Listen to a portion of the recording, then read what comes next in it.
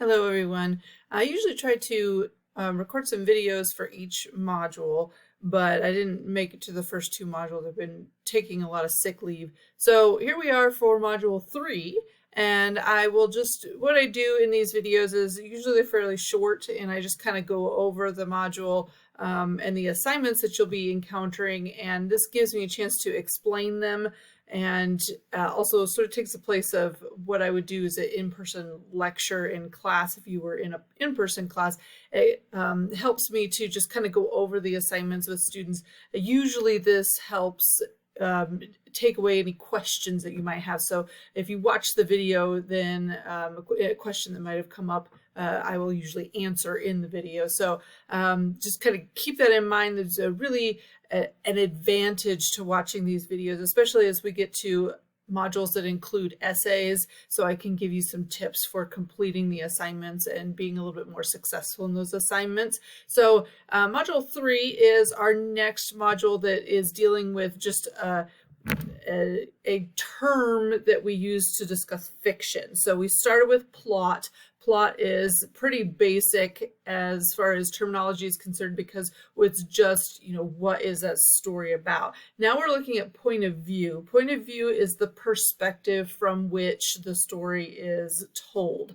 And so, first person point of view from the point of view of a character. You might have a third person point of view from an outside narrator describing what's happening.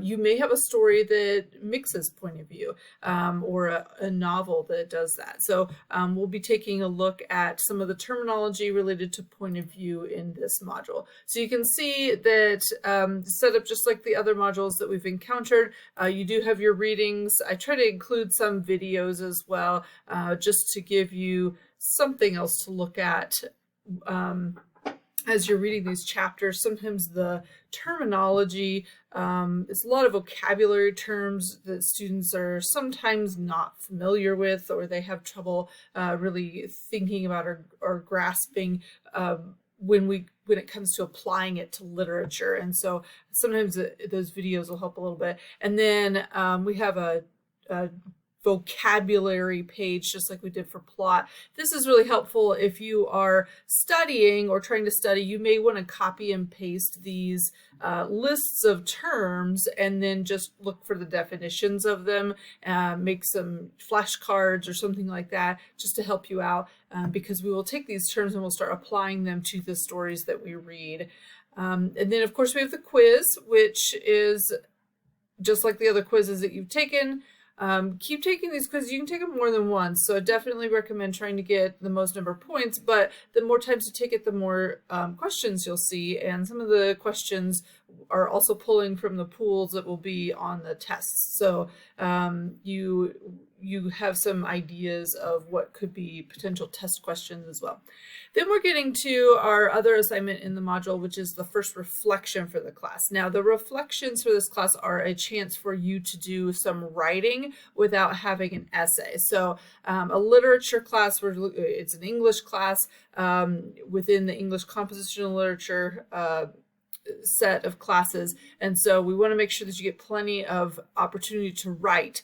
However, it is not a composition class where we're focused on how to write an essay, and so we only have 2 essays, I think, for this class, maybe 3, and so these assignments allow you to write and get your ideas out and practice using some of the terms that we've used to discuss fiction, kind of explore a little bit further, but without having the pressure of writing a formal essay. So I'm not grading this on formal essay conventions. You do not need to have like an introduction and a conclusion and 3 body paragraphs and a thesis and sources and that kind of thing. Instead, I'm looking for content. I'm looking for you. Did you read the prompt? Did you fully engage with the prompt? Did you write out all of your ideas? That kind of thing. So in this case, we're looking at point of view, and it's personal reflection. And so you're going to pick a moment in your life that you're going to write about from your point of view, and then you're going to write that same story from the perspective of somebody else who was in that event. So you might pick a road trip with you and your siblings, and you write about it from your perspective, and then you write about from your sister's perspective. So who who is in the story, and how might they have thought about that story differently? Because we all have those moments where we sometimes realize that the way we see something is completely different from the way somebody else sees something. And so if you're arguing with your mom about your curfew or something, then obviously she's going to have a different viewpoint and a different motivation for that argument than you would. So that would be a point of conflict, might be a good type of event to think about for this one. Anyway, it needs to be an event that obviously includes more than one person. The other perspective might be someone you know really well, or it might be someone completely outside of, and maybe somebody who's just an observer, and that's fine.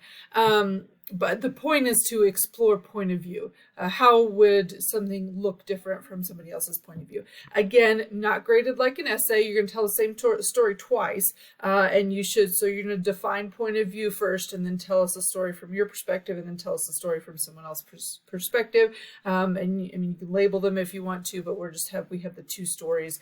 So we're looking at a couple of paragraphs. Should be at least a page by the time you're done, if not longer, because you are telling the same story twice. But really graded on content, how much you engaged with it, that kind of thing, as opposed to using a rubric like an essay. So that is the module, and we'll see these reflection assignments later on in the class as well, but we're focusing on point of view here. We move on, in the next module will be our first essay assignment, and so that will be a different type of writing, and that will be a little bit more formal and academic and graded with a rubric and that kind of thing. So hopefully you are doing well in the class, and if you have any questions, make sure that you send me an email. You can text me, you can call my office phone, absolutely, and I will get back to you, and hopefully we can get whatever it is sorted out. So